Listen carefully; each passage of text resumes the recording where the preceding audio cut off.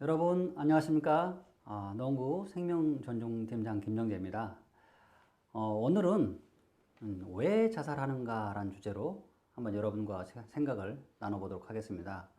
그래서 노원구 자살 현황 분석 2016년도부터 18년도까지 자살하신 분들의 그 상황을 자료를 좀 분석을 해서 여러분들과 생각을 나눠보도록 하겠습니다.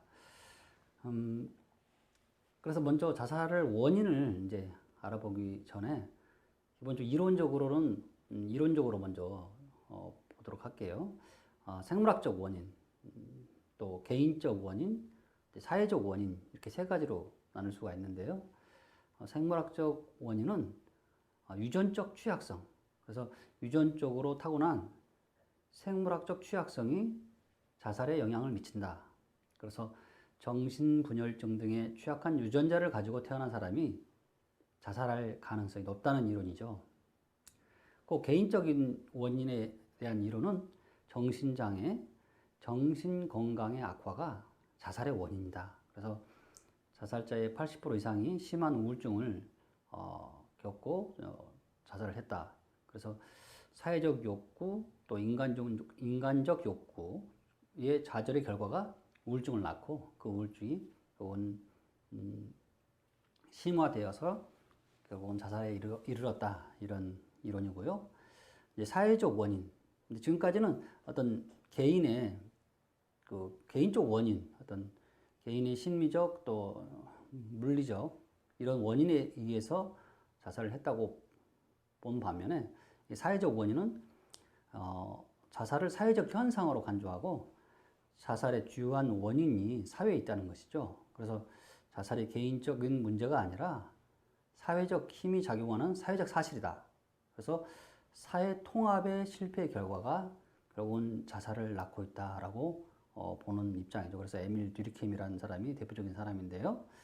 자, 이렇게 자살 원인에 대해서 이론적으로는 봤는데, 그럼 현실적으로 지난 3년여간 우리 노원구에서 자살하신 분들은 어떤 이유로 자살을 했는지 한번 보도록 하겠습니다. 네. 노원구 자살 현황 분석. 자살 원인에는 정신적인 문제, 또 신체 질병, 또 건강 문제죠. 건강 문제, 또 경제 문제, 또 경제 문제가 빠질 수가 없죠.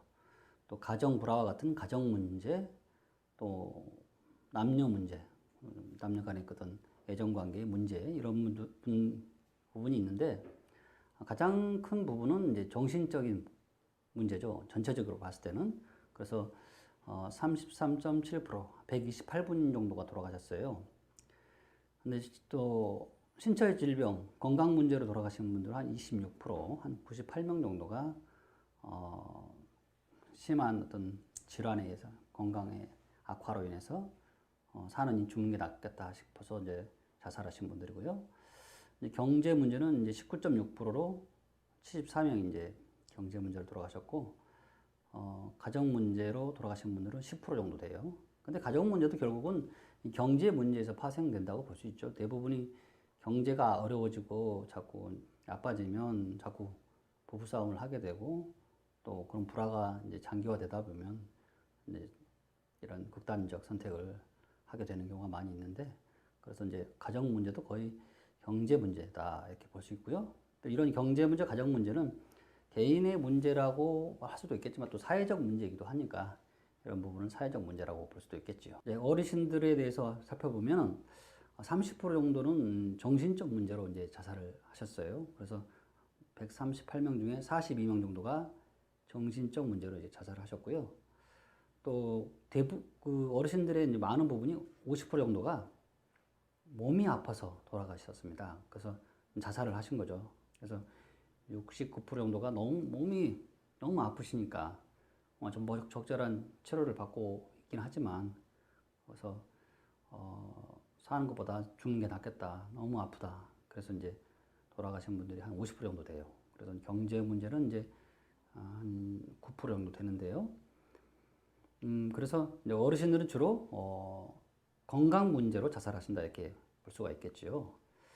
자, 중장년. 중장년은 이제 제 나이예요. 저도 이제 한 50대인데, 중장년은 왜 죽는가? 왜 자살하는가 봤더니, 33%, 한 34%가 정신적 문제, 우울증, 또 이런 것으로 인해서 자살을 하시고요. 이제 아무래도 좀 젊다 보니까 15% 정도만이 건강 문제로 자살하고, 나머지 문제 보는 29%, 거의 30% 가까이가 경제 문제로 많이 자살하십니다. 그래서 이제 저희 때는 이제 많은 이제 50대 초중반에서는 또 일반 기업체에서는 이제 퇴직을 하게 되고 또 자영업자 하시는 분들도 이제 열심히 하시지만은 또 경제가 어렵고 하다 보면 또 폐업을 하게 되고 폐업을 하다 보면은 과도한 또 빚을 지게 되고 또 그런 문제들이 결국은 이제 궁지에 몰리게 하고 하다 보니까 경제 문제로 이렇게 48명 정도가 돌아가셨는데요. 그런 것처럼 이제 경제 문제가 이렇게 심하면 또 가정 문제에도 이제 영향을 줘가지고 11% 정도가 가정 문제로 자살을 하신 거죠. 근데 가정 문제로 아까도 말씀드린 것처럼 정말 경제 문제가 좀 해결이 되면 가정에서 뭐 싸울 일이 좀 줄어들겠잖아요. 그래서 29%와 11% 가정 문제를 합치면 이제 이런 문제들이 경제적, 사회적 문제가 결국은 중장년층에서는 한 40% 정도가 경제적, 사회적 문제, 가정적 문제로 돌아가신다, 자살을 한다 이렇게 볼 수 있겠지요. 자, 청년은 이제 청소년까지 이제 합쳐진 개념인데요. 청년들은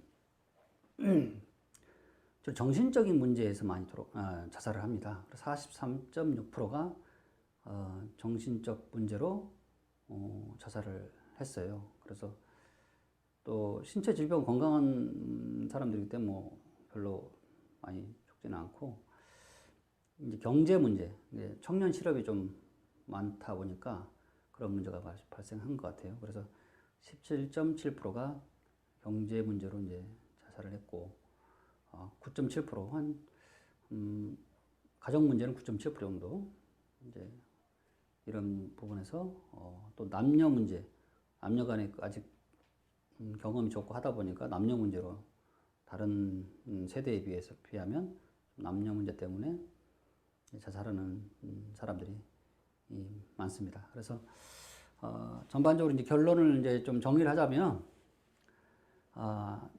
10대에서 이제 30대는 정신적 어려움, 이제 여러 가지 왕따라든가 또 어떤 대인관계 어려움, 또 요새는 인터넷 댓글이라든가 뭐 인터넷에 의한 그런 언어 폭력 이런 어떤 그런 것 때문에 정신적 그런 것을 이기지 못해서 많이 자살을 하고요. 중년층 31세에서 60세 정도는 이 경제적 어려움, 이제 많은 자영업자분들 많이 계시고, 그래서 또 조기 퇴직, 사후정이라고 하던가요. 그래서 그런 부분들이 이제 어려움을 주어가지고 경제적 어려움이 가장 비중을 많이 차지하는 그런 세대고, 이제 61세 이상 이제 고령화 시대다 보니까 70대, 80대 그 남성분들이 또 많이 자살을 하세요. 많이 아프셔서 그러죠. 그래서 뭐 고독하기도 하고 또 몸도 아프고 또 관계도 끊어지고 그러다 보니까 육체적 어려움, 건강 문제 때문에 자살을 한다. 그래서 어르신은 건강 문제, 중년층은 가정 경제 문제, 청년들은 정신적 문제로 자살하기 때문에 이러한 부분들을 좀 우리가 해결해 준다면 자살을 좀 줄일 수 있지 않겠는가 이런 생각이 들어요.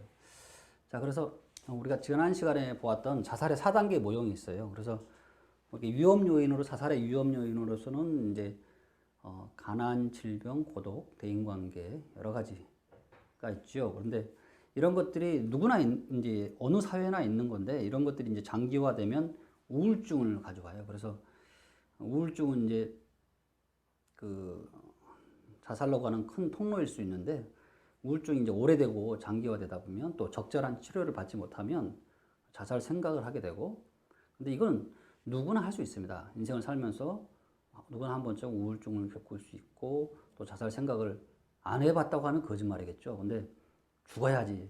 근데 그거를 뭐 생각을 했다고 해서 다 실행에 옮기는 사람은 없잖아요. 근데 이 실행에 옮기는 게 충동 조장하는 어떤 영화나 또 드라마, 또 모방을 조장하는 그런 드라마라든가 또 영화 이런 것들을 본다거나 또 이제 연예인들, 좀 유명한 연예인들의 갑자기 자살을 했다는 이런 것에 베르테르 효과라고 하죠. 이런 것들이 어떤 촉매제가 돼갖고 행동에 하게 하는 그런 아주 안 좋은 일이 있지요. 그리고 조력자가 없다거나 관계가 끊어져 가지고 고독감을 느끼고 어떤 소속감을 느끼지 못할 때 우리가 이제 아주 극단적인 생각을 하게 되고 또 자살 도구가 많이 있다거나 그러면 이렇게 행동을 하게 되는데 그래서 이제 우리가 이제 자살 생각을 하지 않도록 우울증 단계에서 자신이 어떤 뭔가를 해보려고 노력을 해야 한다고 생각을 합니다. 그래서 그런 우울증이 많이 왔을 때, 요새는 코로나 블루 때문에 우울하신 분들이 많이 있잖아요. 그때 그럼 도움을 받을 수 있는 곳이 없을까? 물론 있습니다. 그래서 오늘 이런 우울증이 왔을 때 코로나 블루라든가 정말 답답함이 있을 때 상담할 수 있는 곳이 그런 서비스는 없는가 봤더니 마음 건강 검진 상담 지원 사업이라는 게 있어요. 그래서 이건 일반 상담가도 아니고 우리 의사 선생님들한테 일반 정신과 의원에 가셔서 여러분들이 무료로 상담 받을 수 있도록 지원해 드리는 사업입니다. 그래서 우리 한국 사람들이 있거든 정신과 의원에 대한 그 어떤 잘못된 생각이 많아요. 미국 같은 경우는 좀 마음이 아프고 좀 힘들면은 가까운 그 정신과 의원에 가셔서 상담 받고 또 심하면 또 약을 처방을 받고 이렇게 해서 극복하고 살아가는 분들이 많이 있는데 우리는 꼭 정신과 병원을 가면 좀 완전히 미쳐야 가는 줄 이렇게 오해하시는 분들이 많아요. 그래서 우리가 이제 치과도 이게 조금 아플 때 바로 가서 치료를 받아야지 참고 하다 보면은 이게 큰 병이 돼가지고 이빨을 뽑아야 하잖아요. 그런 것처럼 우리가 이제 여러분들에게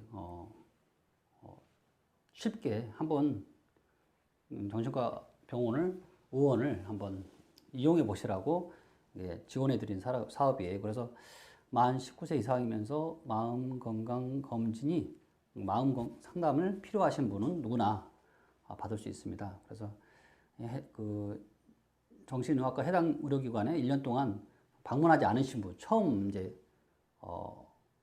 가시는 분에 대해서는 우리가 지원을 해드리는 거예요. 지금 그동안 이제 치료 받았던 분들은 아니고. 그래서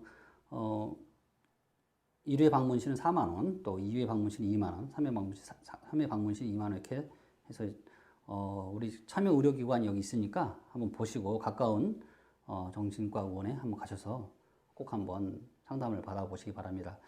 지난해 한 30여 분이 상담을 받았어요. 그래서 내가 서울시에서 그분들의 만족도를 한번 조사해보라고 그게 공문이 와서 제가 몇 분한테 전화를 직접 드렸어요. 그랬더니 정말 좋은 사업이라고 사람들에게 많이 좀 홍보가 됐으면 좋겠다.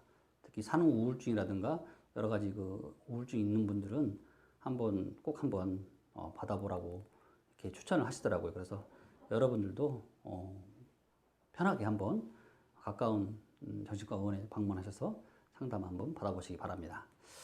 자, 그리고 우리 노원구에서 운영하는 노원구 정신건강복지센터가 있어요. 그래서 병원은 내가 좀 그렇다 그러신 분들은 이게 우리 정신건강복지센터가 있으니까 언제든지 전화를 하셔도 되고 또 방문을 하셔도 되고 이 116에 4591 찾아가시거나 전화를 하셔서 누구나 이런 우울증이라든가 정신건강 문제에 대해서 상담할 수 있으니까 여러분들이 꼭 한번 이용해 보시기 바랍니다. 자, 그렇게 해서 오늘은 왜 자살하는가라는 주제로 한번 저희들이 생각을 나누어 봤는데요. 우리가 여러 가지 이유가 있겠지만 이런 것들이 어려운 것들이 우울증을 가는데 이런 우울증을 제대로 잘 해소를 한다면 자살을 상당히 막을 수 있고 또 줄일 수 있다 이렇게 생각이 듭니다. 자, 오늘 시청해 주셔서 감사합니다.